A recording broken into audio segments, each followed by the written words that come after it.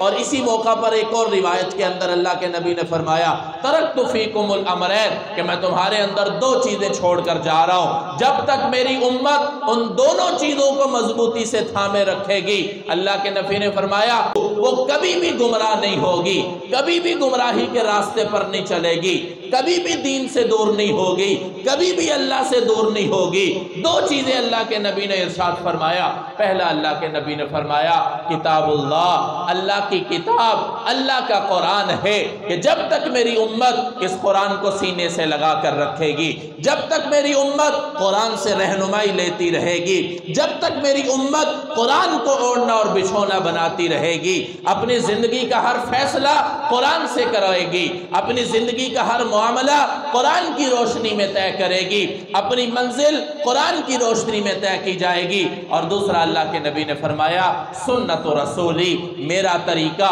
میری سنت، میری شریعت، میری طریقت، میرا راستہ، جو لوگ اس چیز کا اہتمام کریں گے، قرآن اور سنت کو فالو کریں گے، اللہ کے نبی نے فرمایا کہ لن تضلوا، وہ لوگ کبھی بھی گمراہ نہیں ہوں گے۔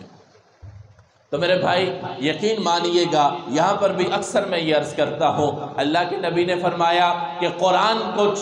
تھام لے، مضبوطی سے تھام لے، وَاعْتَصِمُوا بِحَبْلِ اللَّهِ جَمِيعًا، کہ اللہ کی رسی کو مضبوطی سے تھام لو۔ اللہ کی رسی کیا ہے؟ یہ قرآن ہی تو ہے، قرآن کو مضبوطی سے تھام لو۔ قرآن کو مضبوطی سے تھامنے کا مطلب یہ ہے اپنی زندگی کا ہر فیصلہ قرآن کی روشنی میں کیا جائے، اپنی زندگی کا ہر عمل قرآن کی رہنمائی میں کیا جائے، اپنی زندگی قرآن کے مطابق بنا لیجئے۔ وراثت کا مسئلہ ہے، قرآن سے فیصلہ لیجئے، اور شادی کا موقع ہے، قرآن اور حدیث سے فیصلہ لیجئے، خوشی کا موقع کیسے گزارنا ہے، غمی کا موقع کیسے گزارنا ہے۔ میرے بھائی قرآن تو یہ کہہ رہا ہے کہ اللہ کی رسی کو مضبوطی سے تھامو، اللہ کے نبی تو یہ کہہ رہے ہیں کہ قرآن اور سنت کو مضبوطی سے تھامو، تم کبھی گمراہ نہیں ہوگے۔ ہماری حالت یہ ہے، میں اکثر یہ جملہ عرض کرتا ہوں کہ میرے بھائی سال ہر سال گزر جاتے ہیں، قرآن سمجھنا، قرآن پر عمل کرنا تو بڑی دور کی بات ہے،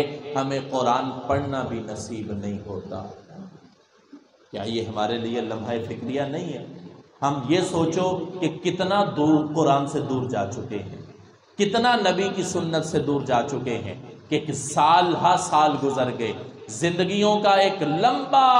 ایک حصہ گزر چکا ہے، کوئی 50 سال، کوئی 40 سال، کوئی 60-70 سال کو پہنچ چکا ہے، آج تک ہم نے قرآن نہیں پڑھا،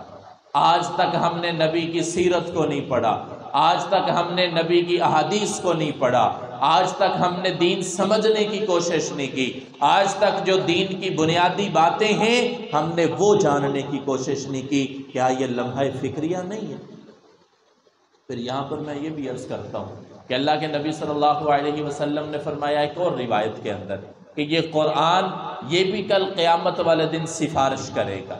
اور اللہ کے نبی کے بارے میں بھی آتا ہے، آپ کے پاس تو شفاعت کبریٰ ہے کہ جس کی سفارش اللہ کے نبی کریں گے وہی جنت میں جائے گا، اور جس کی سفارش اللہ کے نبی نہیں کریں گے وہ جنت میں جا نہیں سکتا، جو مرضی ہو جائے۔ تو جب ہم نے قرآن بھی نہیں پڑھنا، نبی کی سنت پر بھی عمل نہیں کرنا، تو یہی دو چیزیں سفارش کریں گی نا، قرآن بھی ہماری سفارش کرے گا، نبی بھی ہماری سفارش کریں گے۔ تو جب ہم نے زندگی بھر قرآن بھی نہیں پڑھا، یا قرآن پڑھا تو ہے لیکن قرآن پر عمل نہیں کیا، اور دوسرے نمبر پر نبی کی سیرت کو نہیں پڑھا، نبی کی صورت کو نہیں اپنایا، نبی کے طریقوں کو نہیں اپنایا، نبی کا کلچر، نبی کا جو رہن سہن تھا ہم اپنا رہن سہن اس کے مطابق نہیں کر رہے، تو پھر سوچیں ذرا کیا قرآن ہماری سفارش کرے گا؟ جی بولیں ذرا، اللہ کے نبی ہماری شفاعت کریں گے تو پھر کس منہ کا ہم لے کر اللہ اور اس کے رسول کا سامنا کریں گے؟ کس منہ سے اللہ اور اس کے رسول کا سامنا کریں گے کل قیامت والے دن؟ اور ہم امیدیں لگا کر بیٹھے ہوئے ہیں کہ ہم جنت میں جائیں گے، جنت کے اعلیٰ علیین مقام پر ہمیں فائز کیا جائے گا، کس منہ سے جنت مانگتے ہو اللہ سے؟ یہاں تو دل کے اندر تڑپ ہو